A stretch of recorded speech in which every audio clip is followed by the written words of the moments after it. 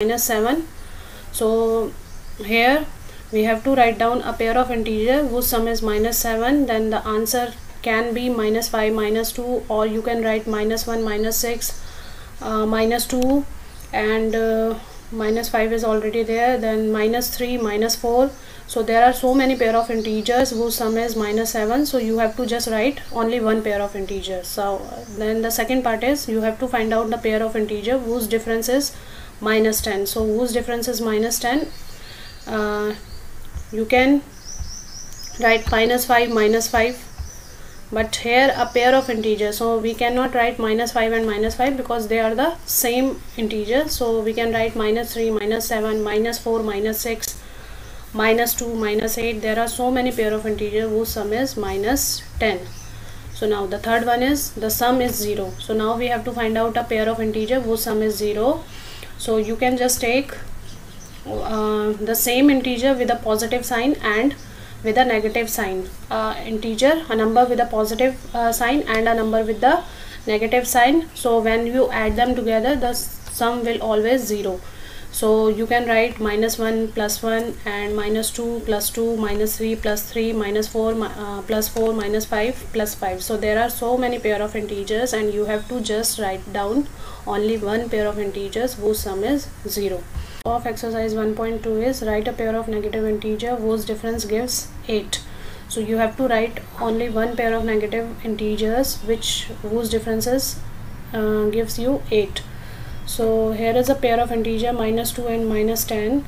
If you subtract them, then the answer comes out to be 8. Similarly, you can find out other integers also, like minus 3 and minus 11. Minus 3 and minus 11, when you subtract them, the answer is again 8.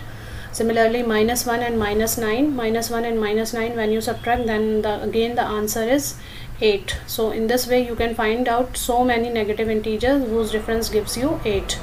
Now in the second part it says write a negative integer and a positive integer whose sum is minus 5. So you have to find out a negative and a positive integer whose sums come out to be minus 5. So one of the integer is negative integer is minus 7 and the positive integer is 2. So minus 7 plus 2, the answer is 5. Similarly, in this way you can find other integers also, like minus 8 and 3. Minus 8 plus 3 is minus 5. Minus 10 and 5. Minus 10 and 5, the answer is again minus 5. Now in the C part, write a negative integer and a positive integer whose difference is minus 3. So you have to find a negative integer and a positive integer, and when you subtract them, then the answer comes out to be minus 3. So one of the negative integer and the positive integer is minus 2 and 1. So when you subtract them, then the answer comes out to be minus 3.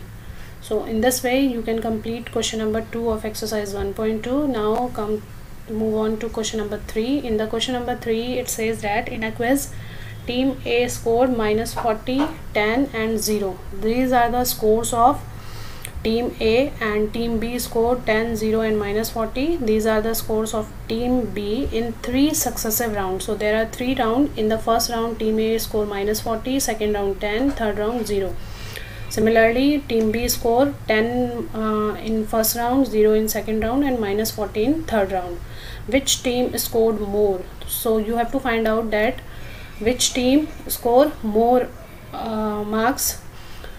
So for finding out which team scored more, you have to first add the scores of both the teams. So the total score of Team A is minus 40 plus 10 plus 0. It comes out to be minus 30. Similarly, the total score of Team B is 10 plus 0 plus minus 40. Again the answer is minus 30. So the score of Team A and Team B both are equal. So which team scored more? None of them scored more. Both of them have equal score. Now can we say that we can add integers in any order? Then yes, we can add integers in any order. Like here we are having 3 integer minus 40, 10 and 0, and here we have 10, 0 and minus 40, and we are adding them in any order and the answer comes out to be same. Why this will happen? Because of the two properties. One is commutative property, which say either you can add a plus b or you can add b plus a, the answer will always remain same. Similarly, the other one is associative property. You can add the integers in any order. You can either group the first and second together, or you can group the second and third together. So by using all those properties, these properties says that integers are commutative and associative with respect to addition. So by using those properties, we can say that yes, we can add integers in any order. So question number 4 is fill in the blanks to make the statement true. So the first statement is -5 plus -8, and here -8 plus dash. So here you are adding -5 to -8. So here you have to add -8 to -5 only. Only this way the statement will become true. अगर आप -5 की जगह कोई और integer ले लेंगे तो दोनों स्टेटमेंट सेम नहीं रहेगी. और अगर आप इसको ढंग से ऑब्जर्व करें तो ये आपकी कम्यूटेटिव प्रॉपर्टी है, which says that a plus b is same as b plus a. Now in the second part you have to add something to -53 so that the answer will again comes out to be -53. This is only possible when we add nothing. Nothing means when we add 0 to -53. So if we add 0 to -53, then the answer is again -53. Now in the third part you have to add something to 17 so that the answer is 0. So you have to add something and the answer comes out to be 0. This is only possible when you add the same quantity. So here you have 17, so we have to add -17. So आपके पास जितना था मैंने वो सारा का सारा आपसे ले लिया. So आपके पास 17 था, मैंने आपसे 17 ले लिया. -17 मीन्स मैंने आपसे वो डिडक्ट कर लिया. So 17 plus -17 is equal to 0. This is our additive inverse.